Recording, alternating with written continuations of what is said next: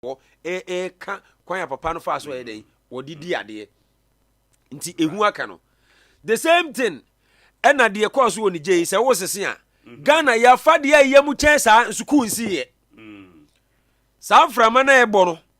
ehu abo minister no because no we government appointee nti in a way no ehu abo no ama aban na wote so e wo Ghana ha no nti ni wira fi se Ghana eka ECOWAS mpo a the decision in meeting na ECOWAS ebe have no it is not Ghanaians but rather ECOWAS and I say ye ka ho nti wono mo kwan say wo yeden wo ba be meeting no bi yeden e wo ha e na wo ba be meeting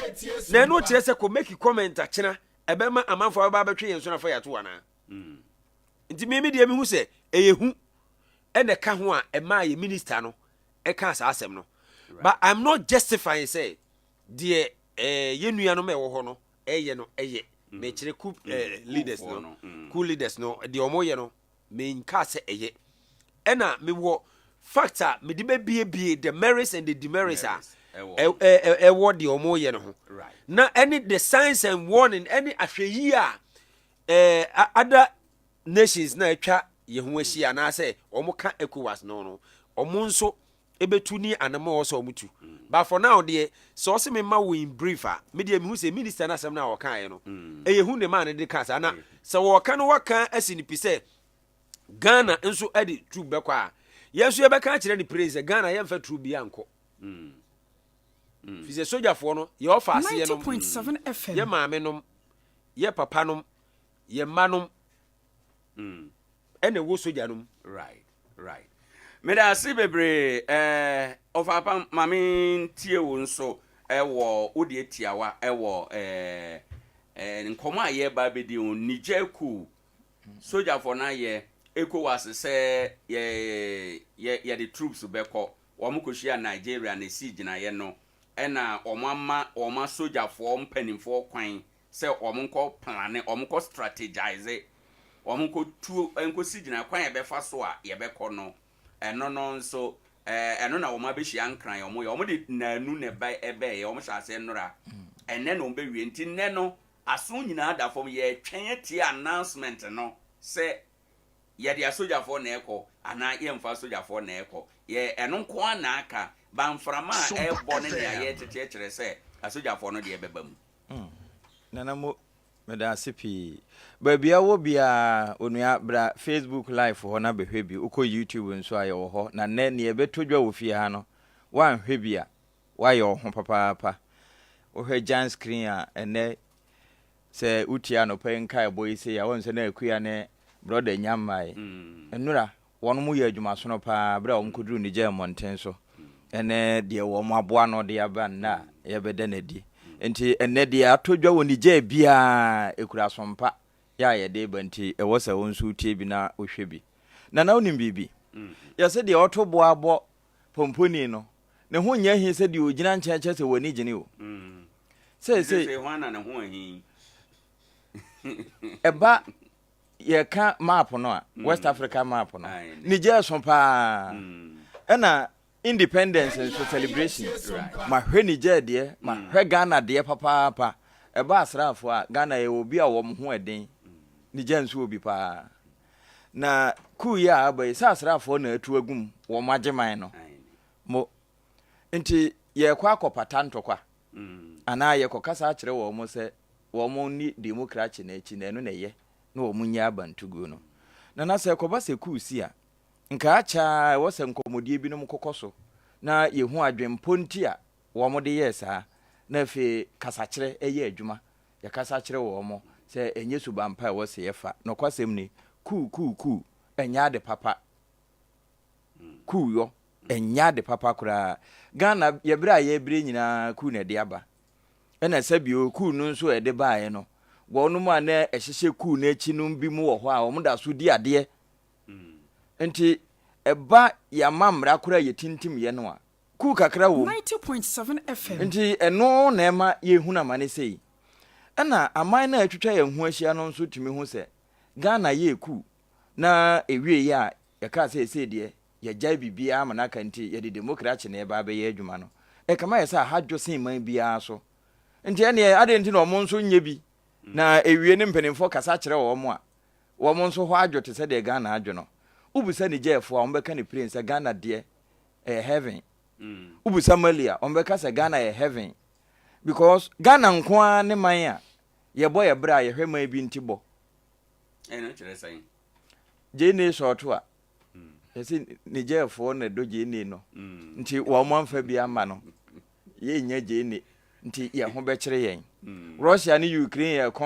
yesi anwa bo aye den ɛno bi na how no bi ni o cool so how no bi ni nti na was say won sa hye obi anu mu a ye mpa na tifin o okay se wo mo na DJ ni bre yen di asam ne ye ko kan kire wo mo se mo ye ku yi je ne kura ma yesre mo ku di anya de papa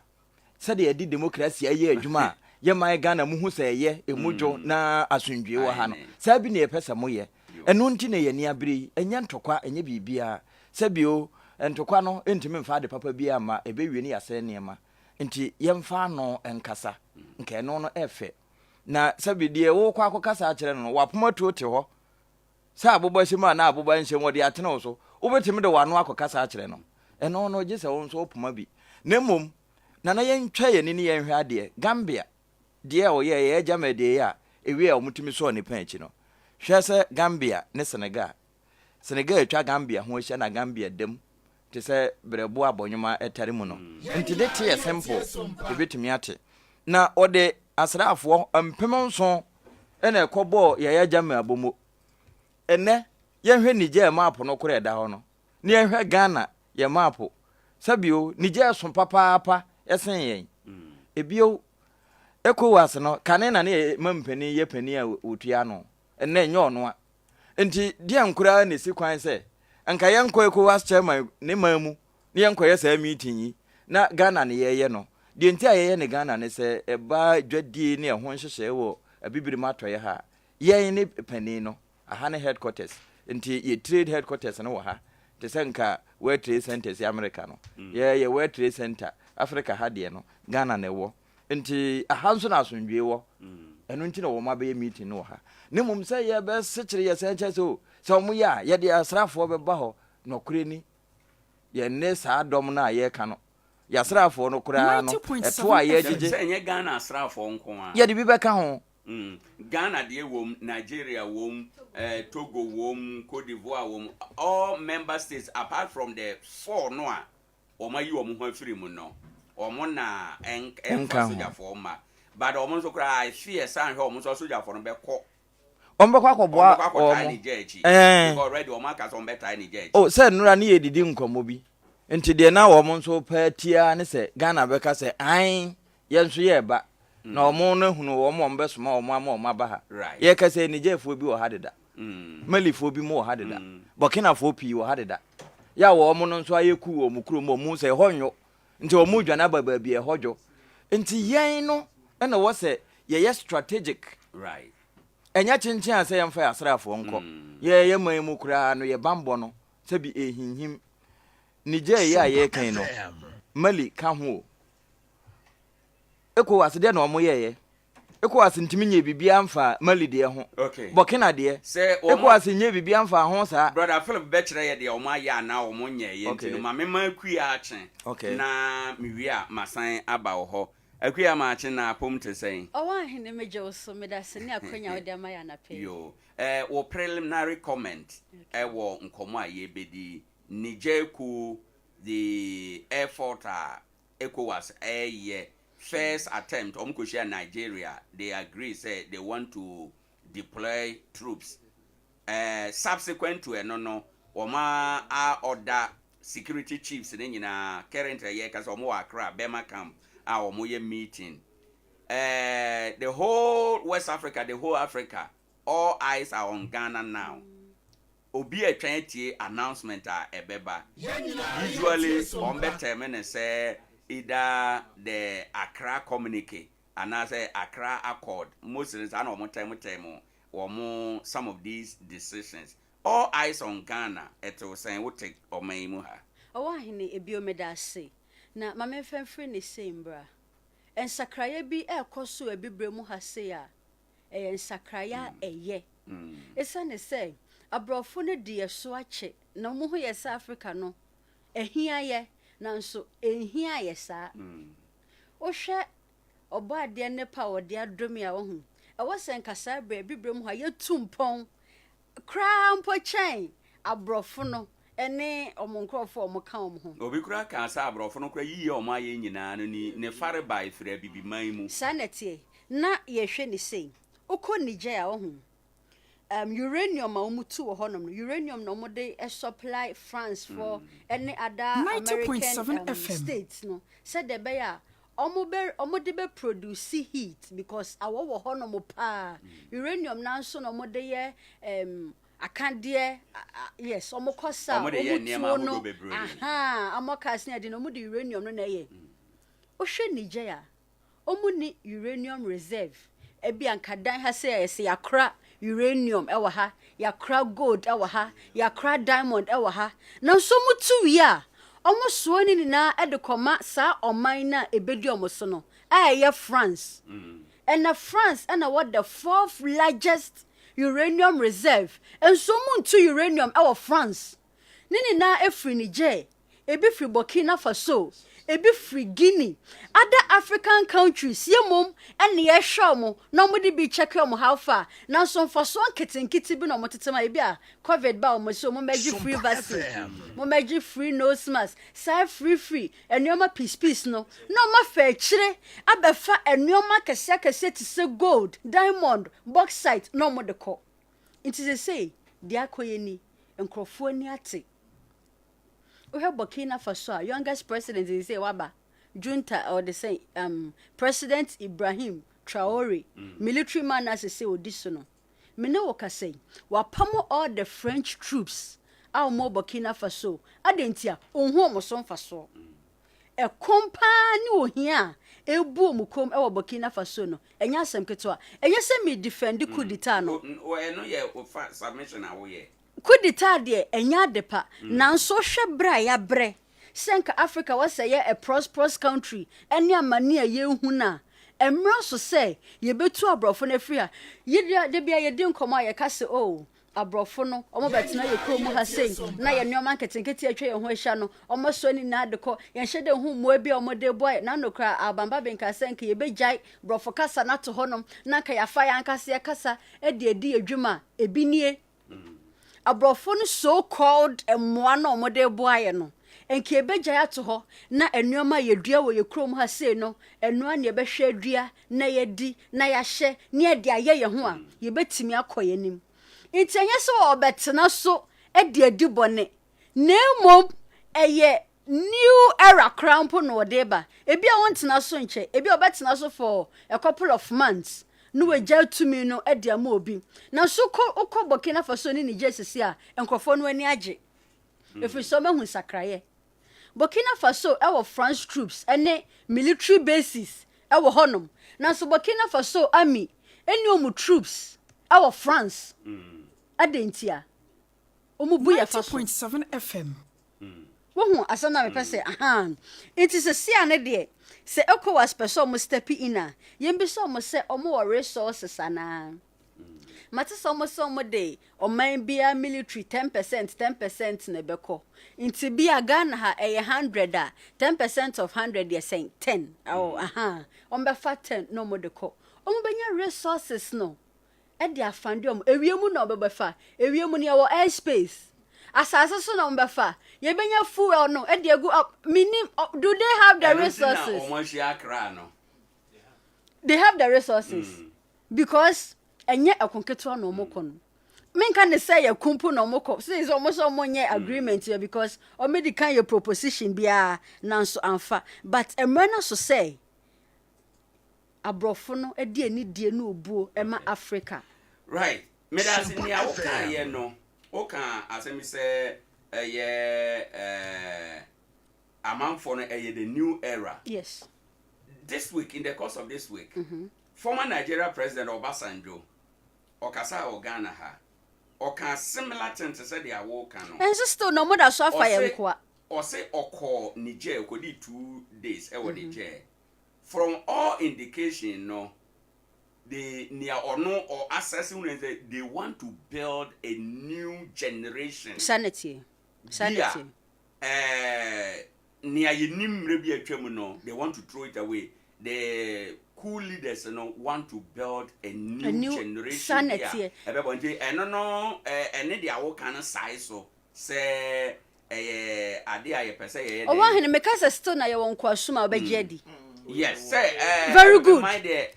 ya de ye nyina che say enkwasuma ye wo mu no wani je ho sa na wo pe na na de bi ye mpenisa nti wo se enye obi a wo betu ne ho asi wo no waka se mebeko age me man e na ahya ase no but how kwan no a ye be fa so no de akono eno ne nia to the be had nti mayen ko brother Philip ho mra brother Philip nye presentation on mayen ye wia na afi ya sheda adomusu ko me gana ha kran me nyobi oba sore no aka e ka ho wo ho na yetumi edi dwuma enti abusuafo ade ache bia dwumadie no na waso egusue na sede ya ka kire wo no ene yede yenkomo no nyina ejina Niger abantugu akoso wo ho ene anamoa ECOWAS special otuo yede beba abetoto abantugu ahodo a adikan sisi nansan tem every 2021 2022 2023 yes was the main atoye famu ha ene anamoa yatuo wo ho ente brother Philip ejina giant screen no ho we sa presentation dia mayen pacho bebre oba Facebook no so a Sompa 90.7 ubehunu nkomo ayede brother ubesom wo ho amam na ode ye afa cool issues a asie wo ye man mu wow Owoahene meda ase bebre pa anase meda ase pi anope se wama mesa akwanyen dwumadie ne so ye cha ye tiefo ene ahwefo nyina nyame nhiro mo Sompa ya base ye besom Sompa na enu achi ni so no ye dwumadie bi ohun sie ye bia no won kai se ye beto aso de ye no ye nyan to ye to aso community gala na ye kan ye enu a wona wuti hu teams no so mo baaye be ye interview so ne de ye ka ho ene so draw no ade se e beto aso anti egusu aye oko Facebook a 90.5 FM Sompa FM Sompa yes 90.7 sorry 90.7 Facebook enti ko se sie ya me gina ha ube humen now Owoahene ansa na me ko presentation so quick one on more discussion mo ye no very quick one pa say one cool Africa no me gidi say ye dane ye ho no ya na ye den ye dane ye ho a ye den na ye nsesa ne mantem na nka me gidi say me mom de enki ye cool bi ye legal because we cool your military cool ho any cool ankasa even powerful or influential people can also organize cool so your military cool and then influential cool so honum so cool necessarily enya necessarily say soldier for nkwa na na cool you know yeah baba he said the city right the edi kan wo hwemu a cool pay di kan si Africa ha no the first cool is in Egypt 1952 right now hena no tie fe ne King Farouk na Mohammed Naguib and General Abdel Nasser omo kabom and omo yi ni free so sa abre no na say Egypt na ya henie ne amamuo yi no free so no cool no shall say 23rd by 28th no ma wie and a new leader ba no so any in senka sa cool so ni because American company beje you free so me am the right leader na ba na abato ani ato anansan ani asesa and ye ba ko second one is you Togo Olympio so kaya Yadema ene ne nkrofo ene ye sa ku na onso mu yi ni free so mu kun no US embassy akaka kra bi na nka wura ho un se obi dwane ko embassy a just like owo kronum pepepe ba wa nuru ho ene omu kun no e free ho no se obi mpa ku 90.7 FM aba Africa no edos pa edos between 1960 and 2000 ku aba Africa na 82 edu time in 1960s no to 1990s no na ku ankasa yese 10 years bia na ye nya ku on the average na 25 nti nyame adum ye fro bedu be 2000 ya 2001 e be yayi na ejai kakra ya hu ya se 2021 so asha ase a say baby na baba ko anu nti no aya ade se cool no ho se sem no edos power Africa ene Owoahene mebo abaso nyame nshira bebre because presentation amba be no why a human job na onipa ya ade a osaye yes the credit man thank you very much a professional compilation bi production de Owoahene Acheampong and oboa ma yetumi e de ebrewo na ene no ene de ye say un say ECOWAS eno na ye oman a yen a ye wo atoye mantem ha no e wo abibima no yen so yeku a ye hyase no ya umbrella body ECOWAS eno na wo ka say emu mpanimfo a wo ya sojafo mpanimfo a on so yeku ECOWAS ni mu a ye committee of chief of defense staff eno no CDS no from committee of chief of defense staff right now we mu Ghana ye soja ni panyin CDS o Ghana no on na ye o mu panyin ye fa no vice admiral set Amoama ono na ye o mu panyin enti sa aye be meeting aye ba nti na Ghana na ba ye sa meeting because committee of chief of defense staff no chairman no Ghana ye chief of defense staff no na oda no right enu nti o ma ba be hiem said ye o kan nti ni ye ba we ECOWAS omo meeting on ba be ye meeting sonko putupru meeting ene ebroni be kasa crucial meeting omo ye no ene aso so abantuwo soja abantuwo a ekoso abibimam a aye say ye mframa bia ebo e wo se ye me ani ba so na ne ye ma amanfo ehunu nti eno na ena no pe no ye ba be di hu djuma na ne ye ma atimi akoso kama nti ye hwe kura ye ni sisi ye case study no Niger because omo no masema ba sese ye ka na we Niger so obi aba Facebook obehu ni se ye the map no Niger part no e dia toso we Niger na nkasa obi a o hemfinfin ti ye ka nkuru na Niger emfinfin no oda na ye ka asase a oman ba ko wa asase kese pa wa Africa ha Niger o ma asase so pa o mu nipa no so ba o ma asase so pa enti Niger nie wo hwe Sahara desert no ha omo soro ho ne Algeria right ye basoro pa akosoro na Libya so ehye ho obo omo nsa nifa so a eno so Chad ene wa ha yi benkum so no ade se Mali enso so e wa ha sei omo ase no Nigeria 90.7 FM Benin so eben mo ene o Burkina Faso e wo ho enti Niger map so kwa Africa map na ba bi omo hye omo enclave no eni nkuru a eto omo ahia no eno ena mabobo so no yentu aso se yetu aso na no pa ya yenhwe niema kakrafa Niger kro na nkasa ho we Niger kro na republic yes republic enti Republic of Niger enti what your population omo wa omo 23,605,767 and population capital of Niger your friend Niamey na omo languages anasa kasa omo kan o Niger no ye major languages o Africa or languages bebre na nso so obi a o ne major language a owo Niger de no de ri kan omo ka French so o France for na di won so the official omo ka French right your house so ho and omo language ba fa na German so so omo kan major religion o Niger Islam enti anya me nwanwa se ya na abrofo sem no omompe kura ya na Islam diso no enti na Nigeria se hu Boko Haram means that they are fighting against the West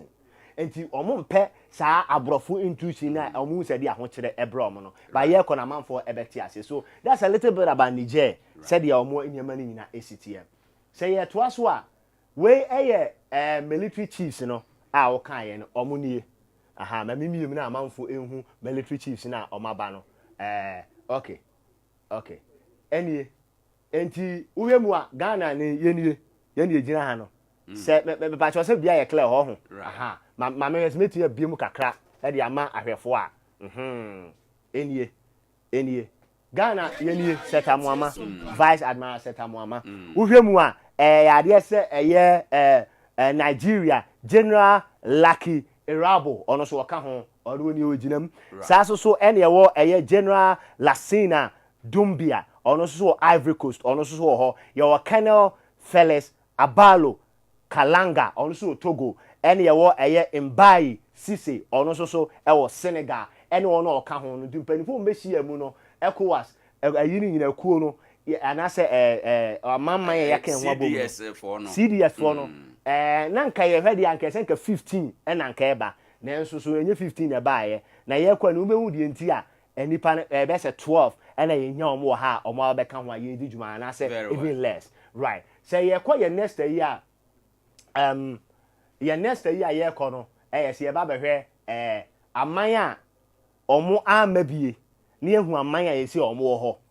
aman omo amabie no we ko was 15 ECOWAS countries enkuru aman kwa edu enum na ye wo na we mu a miensa omo de esa adwumadi ekoso no omo amabie de di kan Keved ne ye be kire de ntia omo ama ye Mali susu omo amabie Burkina Faso susu ama sa enkuru miensa Mali any Burkina Faso omo de omo ama efiri se omo di kan aka omo ankasa hwe ye cool ne bi akoso wo ho ena omo di kan aka se omo de Niger for de omo ne omo support Niger for omo declare at the statement about they say omo support Niger no omo ni se ECOWAS mpanimfo ko omo di soja for ko na ye ko na omo ko na mu enye asundue bi no mpese eba e wo man ni mu ana afa so Keved so omo so dia tu omo dia tu dwa aka ne pendwan se enya de se soja for ye do omo ko eye Niger no omo support to omo yom ho afrim enne ma binum ka se Ghana so ye betia ye ho afrim because Keved yi ni ho afrim so atia yi ni ho afrim de ti na Ghana so ntimi ye ho afrim a chinchina ayese ye be ko no enti se ohwe mu a Burkina Faso ama Mali wa ama Keved ama na se na train na afrim dia na se 12 and omo be represent eye oman amaman ya omo efrimu eba aye no yanko yan ye junta alliance yaka junta mema like enye we bibre eye enipa o maka omo ho abom titira sojafo na omo de force age power to me so ombedi ade enti wo hwe wo na yesusu so omo de force akogi to me wo ni je so ombedi ade na omo ya adwene na so omo support omo na omo wo ngita hodie kwan so nko bi so no de di kan Mali de toso Burkina Faso ena onu Niger na sese na sem edeja no Mali any Burkina Faso de omo statement abase mi di kan no se bebia ye ko wo Niger no enye pata bi omo ko pata ndokwa ana democracy nti no omo ko ni mo omo di se okon nti di omo kra omo we ni se ba so omo omo bia o so omo de boa Niger asojafo na ese omo ginam so omo di ade omo be boa omo eno ne de Burkina Faso any Mali so omo de aba efa eno ye part of the reason why intia omo no ama ECOWAS meeting no ebi no because of sa alliance we are omo no right aside other things but you wey the omo statement omo de aba abonten right na ye komu a nipa bi so kasa on say we mark some alliance omo then Ghana de eno kasa ye say ye panya ono dia no wa ha defense minister kasa say Ghana de equal decision bi obebi ane ye ka ho ene de ade ba akwasi asore no any civil society groups bi akomo abom a omo kasa omo kan say omo de omo susu say Niger say ye soja for kwa ECOWAS NSP head no Ghana ye nwunu hu mienu oye enfoni ye da so ya we presby asafo no omo panyi pa odo ma no na hu ni say oda sa enfoni so yi ni di the Reverend Dr. Ninoy Odonko onu na da presby asafo na no na papa yi oni presby foni nyina omo kasa say de di kan ne nsem bi omo kan me pese enwum na da yetini wura no ti mayen hwe nsem na omo kan in details. One, I say the Presby Church of Ghana opposes sending troops to ECOWAS force or with the ECOWAS force. The opposite can say Presby asafono de omo nyina koginaye na omo susu se asoja for ese de ko Niger enye the right step to take enye ekwan wo se fa so e ma sundue aba Niger. Or say the authority decision could escalate matters and not bring the peace. Or say ye ne sa ebe ma asem no kra na sundue mu ansensen be to ajeje me asem be jinsem kra yeso ma enso na de oyo neni o ha bebre be mfa sundue ma na be ma kro mu nipa no kra so abre am is na say kura no Nigeria for bi asase o mo dwane because e kon ba yi one hwe anase soldier for ba de one hwe a e beboa the toso me ensa o say parliament should be involved in decision to deploy the troops or say aban so ontie de omo kan kura na onfa asem na e koso nkomra se badwam na mra se badwan enjojo omo ndwene ho na omo ntena na omo ntira dwene se ye nyina esi pose ye bekwa enye problem ba sa aban na nkasa befa ho se de eye owura Dominic Nittiwell ebeka say oh ye beko ye gina dabi on de omo so omo ni entun afi so ECOWAS so kaya nra omo so small hinri man ne ko Niger ho okodu ogina airport saa junta no omo ama omo mani pa bi so akọ no mu nse nya de se nkofo na ye omo adwen se omo betie omo nti omo de kwa no mbeko ne no na president church ne say yes etiro ente ya ye nya achesoa na ofa kwan ba akoso na anye nte se untim fa kwan ba akoso na untim fa chire omo susu se kebe ya company form ye ku ni je no ye hwe na ye nkoso ane no omo eni nkita ho ne mo makoma ne mra fam emma ample or empirical reasons a e kire se won no ma won involve themselves in that na asundue emra dance ye de troops no be dey ebeko say no maka so the Presbyterian church alongside other civil society almost so amplify and as o ma complement the Presbyterian church in kind and say me bi o mo de abetu dwa eni right yenhwe emiriti aweni abantugo soja abantugo akoso on say in the American 1960s Bana to 1990s na very rampant in all areas because the struggle for independence can home and now moon say na we must on bar still now money abrofo no sa wolen ebi no so ya na economic issues ne nkoye yesikasem ene abrabo munsem ya na yeden and o mo ye but asama no home so just 2001 first one ya nka bia nshimi hu ya ne say Mali na dem no mo tuoma bayagu and Owoahene mo bi antia ya say ansana cool besi no na there have been a lot of attempts and massa we mo ma ye no enye first one you say okra we say omo sorry ya no mo ye we say okra second time we give ayi de kan Niger di into omo ya bi o ya no mo nya ayi no source no dey bi omo kele na omo ku omo do omo tuma na bibi into Mali de e by 2021 then the same 2021 no and Guinea de so etoa so then 2022 again say 2021 de ko na Guinea bi say so de di so the same 2022 Nana Burkina Faso so na dinam ya ba 2023 we are in August tienim so say the yakoma to ye ma anya bia 2023 de be twa because ye twa ayi hu yan say Niger de so aba na me ka obi say cool your friend say contagious you can't dey contagious a sare a tre enti one say o ma bi ho na cool ba no anso mu abon say soja fo we ye no anya kefo another one ba be ye another one ba be ye ene ye ba ko se oman bi so ya wan we oman bi so ben no fi so experience the same thing na oman we ni experience na won so be ye enti ade se ba ne sa na e o se otimi so mu ye pa enti we when in recent time from 2021 to 2023 you 1 2 3 4 5 military coup and esi e wa mama ya hodo so a na sa mama na so no uti say West Africa almost West African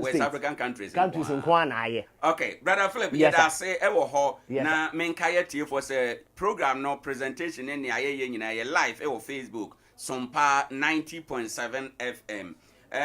Messages no be aba ene anopai Bishop Joe or say greetings to you ne de ode abanie Edison Ban Obed or my thumbs up or say adwuma na ekoyie papa afi odasoa ewo ho ebo ne nsem emayen amansan suma crofo or say good morning crew yes it has a team no yes solid ankasa Bafo Steven ne de nie good presentation nice one Sompa you are doing good work ono so ne dia ode eba ye enie me ba chonso betima ko Facebook no so Sompa 90.7 wakojwa wadwen kire wo ho na ye bekan e wo programs na fe di discussion na ye no achi brother Philip and a presentation e wo giant screen so e de emayen the journey so far recent coup asi na ye de assess ECOWAS ne modern money interventions ahodo a waye na ye de ababe juxtapose the Accra meeting na ye nyina ye twen decision e be free mu ababia no what strategy and now be adopted Adea Akye Abia adwumadi esi ne brother Philip we to aso mai right na Owoahene one thing say me na me dwene ho ansa na meto aso na ya hwe sanctions bi akoso na me dwene ho say okaya time ekwadi ka kasa pa no wo se eba so mu hia mo so meko UN kra on beko akopem wa no akọ stop junta no ewo Niger Argentina diplomatic intervention e dia omo kwa as far as UN enkonko penipa mo omo dan say edu say wo de takasi ko de wo de as far as UN na obeko eno so ya asem sebe na yento aso ECOWAS said the omujumadi city no ya na oni mpanimfo ho no say we very careful then they can take decision bi a wo akira won see ya mrante ni pemujasem mo no mujamunu nti ya mpane ma ebokoboko ba de o ye niam pa Mali ene sha ase say o de coup sem no eba wo ye coup na ade say ECOWAS ate ye di kan no ebra Mali ye coup na no ECOWAS ma ne te ase say coup na waye no enya de o mo support ho no ma na enu achi no mo yes o ma tu anamo foforo aka ho anamo mo tu ye ne se eba dwadi a sefa eniema bi edi hu dwa ya ade se Mali ECOWAS mine no eni ni dwa se de ehia di dwa ema sika efiri mu ba no o ma ne ye age se one aduane anase fango anase enuro no de nipa no okuru no betu enya bi a on ba enjoy apart from that there was certain goods bi o no mo no mo ni dwa de to so mienu so no ade se ba bi ehia ye di dwa no anase sika semitimi koso no anase mwa wo se ye de boaboa ye ho e wo sika semu no eno ade se ECOWAS kire se omo nye sa ade no ebio na eno achi no na omo share won se onhwe se obema kabamika biama mu nu mum aba dan se omo de soja asem no ebe ha adwen no enti wo hwe mu a esan so omo ye sa ade no ati a Mali nti no Mali bosia bomu no bro because omo defaulted $300 million in their debt nya de omo tuya enti na se eka edokra ya ni bia ye di miaw se de be mu ani aba ho so enu achi no so no wo hwe mu a wo mo 24 month transition agreement agreed upon after ECOWAS rejected 36-month proposal. Omo de call say nka yema omo 36 months asoja for no na omo nye but omo kwa no ECOWAS de omo 24 months 24 months say see ayeka say no ya de say atwam for 2021 2023 still omo da so ho kwekwa mpa yenko de to so ye Guinea so 2021 ECOWAS kire say aye na omo ye no omo mpene so omo yi omo free ECOWAS so omo nye member bio Guinea mine no eno achi no so no omo share won say onhwe say constitution no ebeba na afei so okay omo sign suma high level mission ECOWAS ma abofo echo Guinea say nkasaye bekoso nkasaye na chiri no say na about say junta na propose say their own 3-year transition no the timeline on between the ama ECOWAS penifo ECOWAS penifo no say omo return before the time but Guinea there panya general Damboya on the way na agene say 3 years no the time so to niam akopem so menya panyi bi ana obi odi nokore na wa ba be di animu te mo so ho nsensem no Burkina Faso so sa ade se junta no ade se ECOWAS ye yi o mafirim kuro na ankasa eno achi no so kra no